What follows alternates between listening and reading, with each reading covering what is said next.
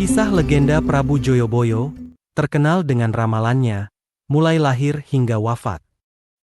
Sri Aji Joyoboyo, sang raja legendaris, pertama kali membuka matanya di dunia ini di Doho, sebuah wilayah yang sekarang dikenal sebagai Jawa Timur. Ayahnya adalah Gendrayana, yang merupakan keturunan dari keluarga Pandawa. Ibu dari Raja Joyoboyo, tidak disebutkan dalam sumber sejarah yang ada. Sejak saat itu, dia telah menunjukkan tanda-tanda kebesaran yang akan datang. Sebagai anak kecil, dia menunjukkan bakat dan kecerdasan yang luar biasa, seringkali memikirkan dan memecahkan masalah dengan cara yang jauh melampaui usianya. Masa kecilnya dihabiskan dalam belajar dan bermain, tetapi selalu dengan tujuan yang lebih besar dalam pikiran. Dia tumbuh menjadi pemuda yang bijaksana dan berani, selalu siap untuk melindungi mereka yang tidak bisa melindungi diri mereka sendiri. Dia memiliki semangat yang kuat dan tak tergoyahkan untuk memimpin dan melindungi rakyatnya, sebuah semangat yang akan membentuk seluruh hidupnya. Seiring berjalannya waktu, Joyoboyo semakin memahami tanggung jawab yang akan dia hadapi sebagai pemimpin. Dia belajar tentang pentingnya keadilan, kebijaksanaan, dan keberanian. Dia belajar bahwa seorang raja harus siap untuk membuat keputusan yang sulit demi kebaikan rakyatnya. Ketika dia akhirnya naik tahta, dia sudah siap. Dia telah mempersiapkan dirinya sepanjang hidupnya untuk momen ini, dan dia tidak akan menyia-nyiakannya. Dia berjanji pada dirinya sendiri bahwa dia akan menjadi raja yang adil dan bijaksana, seorang pemimpin yang akan melindungi rakyatnya dan membawa kemakmuran dan perdamaian ke kerajaannya.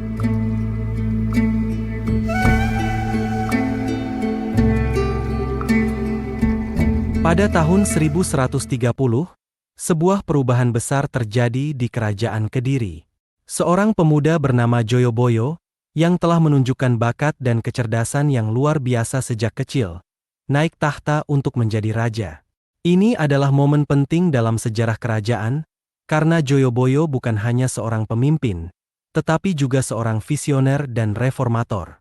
Joyoboyo dikenal sebagai pemimpin yang adil dan bijaksana. Dia memimpin dengan hati dan pikiran, selalu berusaha untuk membuat keputusan yang terbaik bagi rakyatnya. Dia percaya bahwa seorang raja harus melayani rakyatnya, bukan sebaliknya. Oleh karena itu, dia selalu berusaha untuk mendengarkan dan memahami kebutuhan dan harapan rakyatnya. Selama masa pemerintahannya, Joyoboyo tidak hanya fokus pada urusan politik dan militer, tetapi juga pada pengembangan budaya dan seni. Dia memiliki minat yang besar pada sastra, dan selama masa pemerintahannya, dunia sastra Jawa kuno mengalami masa keemasan. Joyoboyo memahami bahwa sastra adalah cara untuk mengungkapkan dan memahami dunia. Oleh karena itu, dia mendorong para penulis dan penyair untuk menciptakan karya-karya baru yang mencerminkan kehidupan dan pengalaman rakyat Jawa. Dia juga memastikan bahwa karya-karya ini dapat diakses oleh semua orang, tidak hanya oleh kalangan elit. Masa pemerintahan Joyoboyo ditandai oleh kemakmuran dan perdamaian. Dia berhasil membangun kerajaan yang kuat dan stabil, di mana rakyatnya dapat hidup dengan aman dan sejahtera. Dia juga meninggalkan warisan budaya yang kaya, yang masih kita kenang hingga hari ini.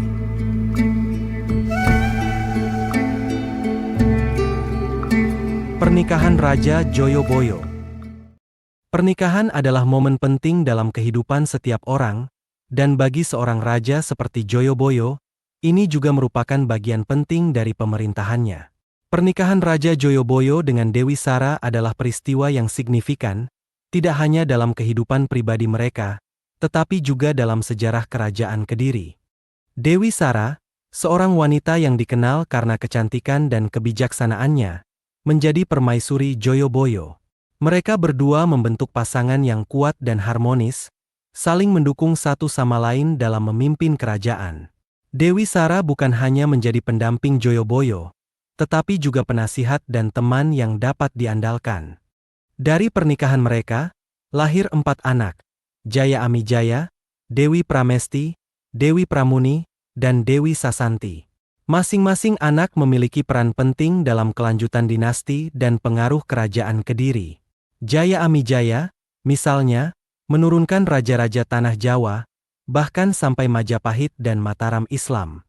Pernikahan Joyoboyo dan Dewi Sara juga memiliki dampak yang signifikan pada kehidupan sosial dan budaya kerajaan Kediri. Mereka berdua dikenal sebagai pelindung seni dan sastra, dan masa pemerintahan mereka sering dianggap sebagai masa keemasan sastra Jawa kuno. Namun, pernikahan mereka juga menghadapi tantangan. Seperti semua pasangan, mereka harus menavigasi konflik dan kesulitan. Namun, melalui semua ini, mereka tetap setia satu sama lain dan kepada rakyat mereka, memimpin kerajaan Kediri melalui masa-masa sulit dan kemakmuran.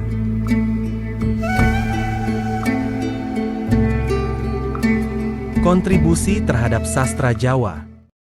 Raja Joyoboyo, selain dikenal sebagai pemimpin yang bijaksana dan adil, juga dikenal sebagai pelindung dan penggerak sastra Jawa. Dia memiliki pemahaman yang mendalam tentang kekuatan sastra dalam membentuk dan mencerminkan budaya suatu bangsa. Oleh karena itu, dia berusaha untuk memajukan sastra Jawa selama masa pemerintahannya. Salah satu kontribusi terbesarnya adalah penyaduran cerita Mahabharata Sansekerta ke dalam kakawin Jawa kuno Bharatayudha. Untuk tugas ini, dia meminta bantuan dua empu, atau ahli sastra, yang bernama Empu Panuluh dan Empu Sedah. Mereka berdua adalah penulis dan penyair yang sangat dihormati pada masa itu, dan mereka berhasil menerjemahkan cerita Mahabharata dengan cara yang mempertahankan esensi aslinya sambil juga menyesuaikannya dengan konteks budaya Jawa. Selain itu, Joyoboyo juga meminta Empu Panuluh untuk mengubah kakawin Gatotkaca dan Hariwamsa. Ini adalah karya sastra yang penting dalam tradisi Jawa, dan dengan meminta mereka untuk diubah, Joyoboyo menunjukkan komitmennya untuk memastikan bahwa sastra Jawa terus berkembang dan beradaptasi seiring berjalannya waktu. Kontribusi Joyoboyo terhadap sastra Jawa tidak hanya membantu memajukan seni dan budaya pada masa itu, tetapi juga membantu melestarikan dan memperkaya warisan budaya Jawa. Karya-karya yang dihasilkan selama masa pemerintahannya masih dibaca dan dihargai hingga hari ini, dan mereka terus menginspirasi generasi baru penulis dan penyair.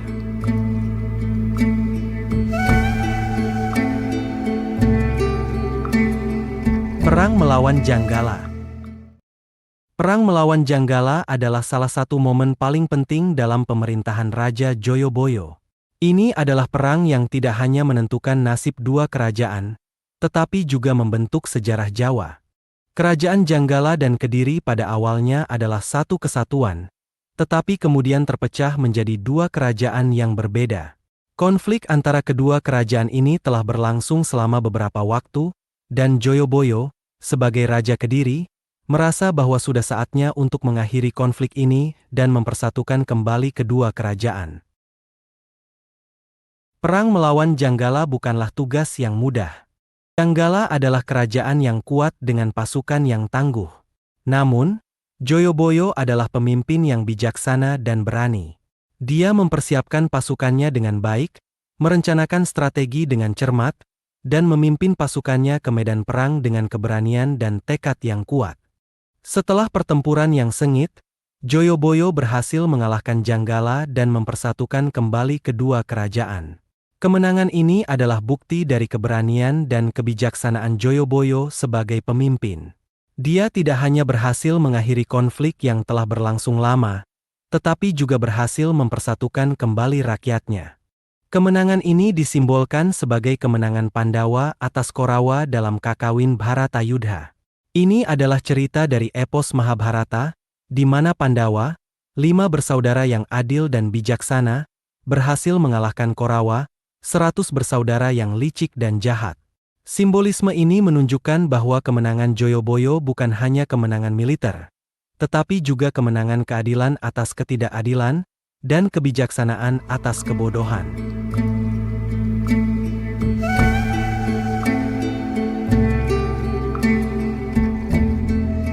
Raja Joyoboyo tidak hanya dikenal sebagai pemimpin yang bijaksana dan adil. Dia memiliki kemampuan untuk melihat ke masa depan, dan ramalannya telah menjadi bagian penting dari sejarah dan budaya Jawa. Salah satu ramalan terkenal Joyoboyo adalah tentang kejatuhan kerajaan di tangan orang asing. Dia meramalkan bahwa akan ada masa di mana kerajaan Jawa akan jatuh ke tangan penjajah asing. Ramalan ini, sayangnya, menjadi kenyataan ketika Jawa jatuh ke tangan penjajah Belanda. Namun, Joyoboyo juga meramalkan bahwa kerajaan itu akan kembali jaya. Dia meramalkan bahwa akan ada periode waktu di mana kerajaan Jawa akan bangkit kembali dan kembali ke kejayaannya. Ramalan ini memberikan harapan dan semangat kepada rakyat Jawa, bahkan di saat-saat paling sulit. Ramalan lain yang sangat penting adalah tentang munculnya sosok Ratu Adil. Ratu Adil, dalam mitologi Jawa, adalah sosok pemimpin ideal yang akan membawa keadilan dan kemakmuran bagi rakyatnya. Joyoboyo meramalkan bahwa Ratu Adil akan muncul di saat-saat tergelap, dan dia akan memimpin rakyat Jawa untuk mengusir penjajah dan memulihkan kejayaan kerajaan. Ramalan tentang Ratu Adil ini diyakini menjadi salah satu pemicu semangat rakyat untuk mengusir penjajah Belanda. Ramalan ini memberikan harapan dan inspirasi kepada rakyat Jawa, dan membantu mereka untuk tetap berjuang meski menghadapi kesulitan yang besar.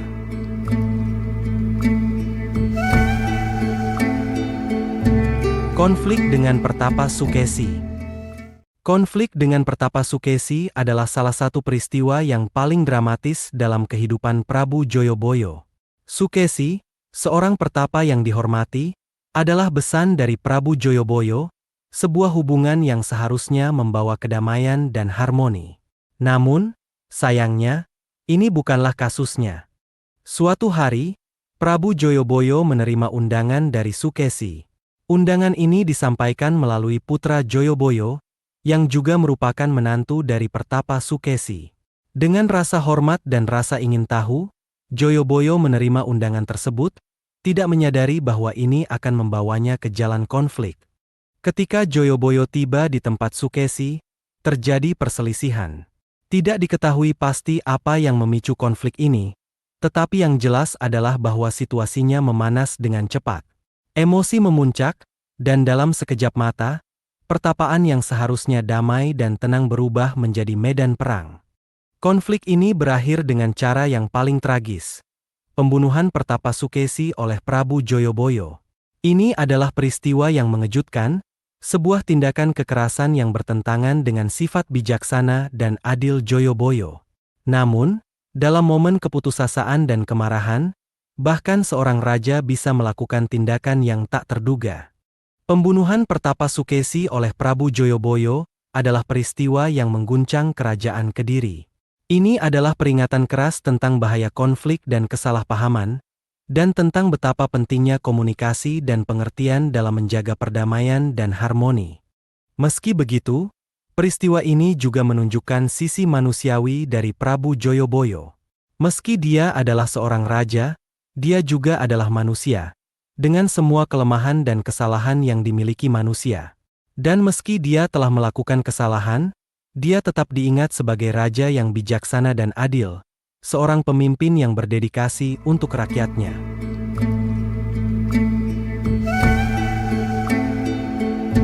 Turun tahta. Masa pemerintahan Raja Joyoboyo, atau yang lebih dikenal dengan Prabu Joyoboyo, adalah era yang penuh dengan kejayaan dan kemakmuran. Namun, seperti semua hal, masa ini harus berakhir. Sayangnya, tidak diketahui dengan pasti kapan Prabu Joyoboyo turun tahta. Ini adalah misteri yang tetap menjadi bagian dari sejarah kerajaan Kediri. Meski begitu, kita tahu bahwa setelah Prabu Joyoboyo, raja selanjutnya yang memerintah kerajaan Kediri adalah Sri Sarweswara. Berdasarkan prasasti Padlegan II, yang bertanggal 23 September 1159, Sri Sarweswara naik tahta. Ini menandakan awal dari era baru dalam sejarah kerajaan Kediri. Turun tahtanya Prabu Joyoboyo mungkin telah menandai akhir dari era keemasan kerajaan Kediri, tetapi warisan dan pengaruhnya tetap hidup hingga hari ini. Dia dikenang sebagai raja yang bijaksana dan adil, seorang pemimpin yang memajukan sastra Jawa, dan seorang nabi yang ramalannya masih menginspirasi dan memberi harapan kepada rakyat Jawa. Meski Prabu Joyoboyo mungkin telah turun tahta, namun semangat dan visinya tetap hidup dalam hati rakyatnya. Dia adalah contoh sempurna dari bagaimana seorang pemimpin dapat meninggalkan jejak yang tak terhapuskan dalam sejarah, dan bagaimana dia dapat mempengaruhi generasi yang akan datang, bahkan setelah dia tidak lagi memegang kekuasaan. Dia adalah simbol dari kebijaksanaan, keadilan, dan keberanian, dan dia akan selalu diingat sebagai salah satu raja terbesar dalam sejarah Jawa.